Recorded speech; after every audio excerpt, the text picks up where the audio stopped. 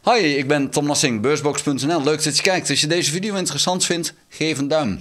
Normaal gesproken zit ik op maandagochtend altijd in een gesprek over energie met Ronald de Zoete van energieaandelen.nl. Maar Ronald is vandaag op vakantie en vandaar dat ik het toch even alleen doe, want ik denk dat er een interessant onderwerp te bespreken is. En ik wil het hebben over natural gas, LNG, vloeibaar gas noemen wij dat in Nederland. En die markt is interessant. We hebben de afgelopen week een behoorlijke ruzie gezien tussen Europa en de Verenigde Staten. De Verenigde Staten is niet meer een partner voor Europa. Zowel op energiegebied als op veiligheidsgebied is het alleen maar een zakenpartner. Er is geen liefde meer tussen de twee partijen. En dat betekent wat? Dat betekent onder andere dat Europa moet kijken van waar gaan we ons natural gas, waar gaan we ons vloeibaar gas afnemen? Want Amerika is gewoon één van de partijen waar je dat kan doen. En je kan dus ook elders gaan vragen. En wat er nu gaande is dat de relatie tussen Canada en Europa wordt aangehaald, omdat ook Canada steeds meer ruzie krijgt met de Verenigde Staten. Dus er wordt wat gekeken, wat kunnen we samen doen? Nou, om nou even een beeld te geven, hoe ziet die LNG-markt eruit? Ja, wil ik toch het hebben over wat Europa aan gas verbruikt per jaar en wat de 10 grootste gasproducenten zijn per jaar. Nou, en die laatste, daar wil ik mee beginnen. De lijst van 10 grootste producenten. De grootste producent van natural gas is de Verenigde Staten en die produceert 1350 miljard kubieke meter gas per jaar. De tweede is Rusland, 586 miljard kubieke meter. Iran met 251 kubieke meter, miljard dan, is al een stuk minder groot. De volgende is China, 234. En de vijfde is Canada met 190 miljard. Dan Qatar, 181 miljard. Australië, 151 miljard. Noorwegen, 116 miljard. Saudi-Arabië 114 miljard en Algerije 101 miljard. Nou, dat is mooi om te weten, maar wat is de vraag vanuit Europa? En het is grofweg. Nou, grofweg is de vraag vanuit Europa 500 miljard. Dus het is niet zo heel logisch om te zeggen, we stappen wel over van Amerikaans gas naar Canadees gas, want Canada heeft slechts een 190 miljard productie totaal, terwijl Europa 500 vraagt. Dus we kunnen niet helemaal over.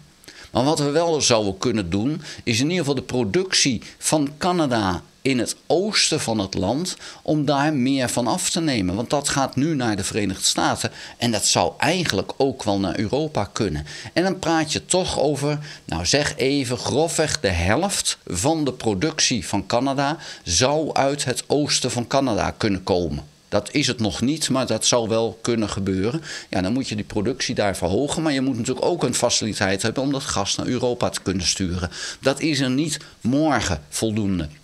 Maar je kan er wel naar werken en dan kan het wel snel. Dan kan het wel voor de volgende winter in ieder geval iets gerealiseerd zijn. Maar die 500 halen we nog steeds niet. Dus Europa zal moeten kijken, oké, we halen uit Noorwegen iets. En we zouden uit Algerije misschien iets meer kunnen halen. We halen nog steeds uit Rusland. Ja, dat gaat nog minder worden. Maar we kunnen dus wel kijken hoe kunnen we een Amerikaanse vraag vanuit Europa kunnen we verminderen. Puur omdat je niet afhankelijk wil zijn van de Verenigde Staten. Net zo min als je niet afhankelijk wil zijn van Rusland.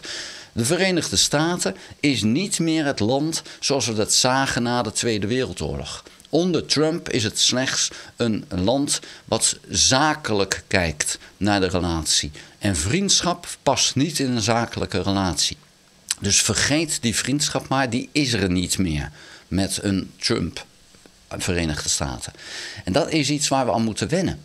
En dat zie je dus nu, Europa is afhankelijk van Amerika voor veiligheid. Dat kan dus nu niet meer, want Amerika levert die veiligheid niet meer voor een vriend. Dat doen ze niet. Nee, het is nu, als je veiligheid wil, moet je hem kopen.